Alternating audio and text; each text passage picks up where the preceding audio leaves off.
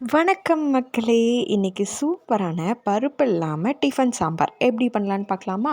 ஒரு குக்கரில் ஒரு பெரிய வெங்காயம், ஒரு பெரிய சைஸ் தக்காளி, ஒரு கத்திரிக்காய், 3 காரத்துக்கு ஏற்ற மாதிரி பச்சை மிளகா, ஒரே ஒரு உருளைக்கிழங்கு சேர்த்து அது மூழ்கிற அளவுக்கு தண்ணி விட்டு 1/4 டீஸ்பூன் அளவுக்கு மஞ்சத்தூள் சேர்த்து குக்கரை மூடி நல்லா ஒரு 3 விசில் விட்டு எடுத்துக்கணும்.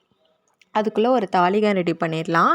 ஒரு வாணலில் 2 டேபிள் ஸ்பூன் அளவுக்கு எண்ணெய் விட்டு கடுகு, உளுத்தம்பருப்பு, சீரகம் போட்டு நல்லா தாளித்ததுக்கப்புறமா 2 காஞ்ச மிளகாவை கிள்ளி சேர்த்து அதையும் நல்லா தாளித்து விட்டுக்கணும். இப்போ இது கூடயே ஒரு பெரிய சைஸ் வெங்காயத்தை ரஃப்பாக சாப் பண்ணி எடுத்திருக்கேன். அதையும் இது கூட சேர்த்து நல்லா ஒரு கண்ணாடி பதம் வர வரைக்கும் வதக்கி எடுத்துக்கணும். நீங்கள் சின்ன வெங்காயம் சேர்த்துக்கணுனாலும் சேர்த்துக்கலாம். என்கிட்ட சின்ன வெங்காயம் இல்லாததுனால நான் பெரிய வெங்காயம் சேர்த்துருக்கேன். உங்களுக்கு சின்ன வெங்காயம் வேணும்னா தாராளமாக நீங்கள் சேர்த்துக்கலாம்.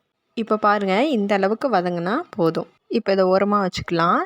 இப்போ குக்கரில் நல்லா விசில் அடங்கினதுக்கப்புறமா ஓப்பன் பண்ணி மத்து வச்சோ இல்லாட்டி ஒரு கரண்டி வச்சோ இதை நல்லா ஓரளவுக்கு மேஷ் பண்ணி எடுத்துக்கோங்க. அப்போ தான் இது வந்து கொஞ்சம் திக்னஸாக நல்லாயிருக்கும், டேஸ்ட் வந்து நல்லாயிருக்கும். ரொம்ப குழையிற அளவுக்கு மேஷ் பண்ணிடக்கூடாது. 1 2மா மேஷ் பண்ணால் போதும். இப்போ இதை நல்லா மேஷ் பண்ணதுக்கப்புறமா நம்ம வதக்கி வச்சுருக்கிற வெங்காயத்தை இது கூட சேர்த்துட்டு 1 டேபிள் ஸ்பூன் அளவுக்கு குழம்பு மிளகாய்த்தூள், அப்படி இல்லாட்டி சாம்பார் பொடி கூட நீங்கள் சேர்த்துக்கலாம். நான் குழம்பு மிளகாய்த்தூள் தான் சேர்த்துருக்கேன். சேர்த்துட்டு இதை நல்லா மிக்ஸ் பண்ணி எடுத்துக்கணும். இது நல்லா மிக்ஸ் பண்ணதுக்கப்புறமா இந்த ஸ்டேஜில் உங்களுக்கு எந்த அளவுக்கு தண்ணியாக வேணுமோ அந்த அளவுக்கு தண்ணியை வந்து மிக்ஸ் பண்ணிக்கோங்க. நான் வந்து 1 டம்ளர் தண்ணி வந்து சேர்த்துருக்கேன். இது கரெக்டாக 200 ml இருக்கும். இப்போ ஒரு கிண்ணத்தில் 3 டேபிள் ஸ்பூன் அளவுக்கு கடலை மாவு எடுத்திருக்கேன்.